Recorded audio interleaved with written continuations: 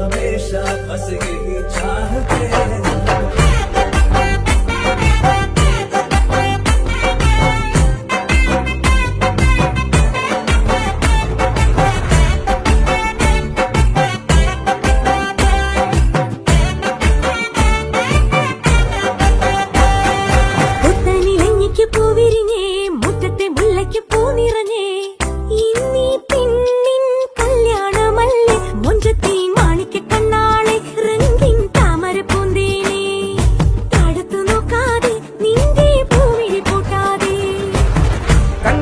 കവിളിലെ മാതളപ്പൂ ചോദിക്കാൻ മൈലാഞ്ചി തൊപ്പിലിന്ന മാരൻ വന്നു തേനാടെ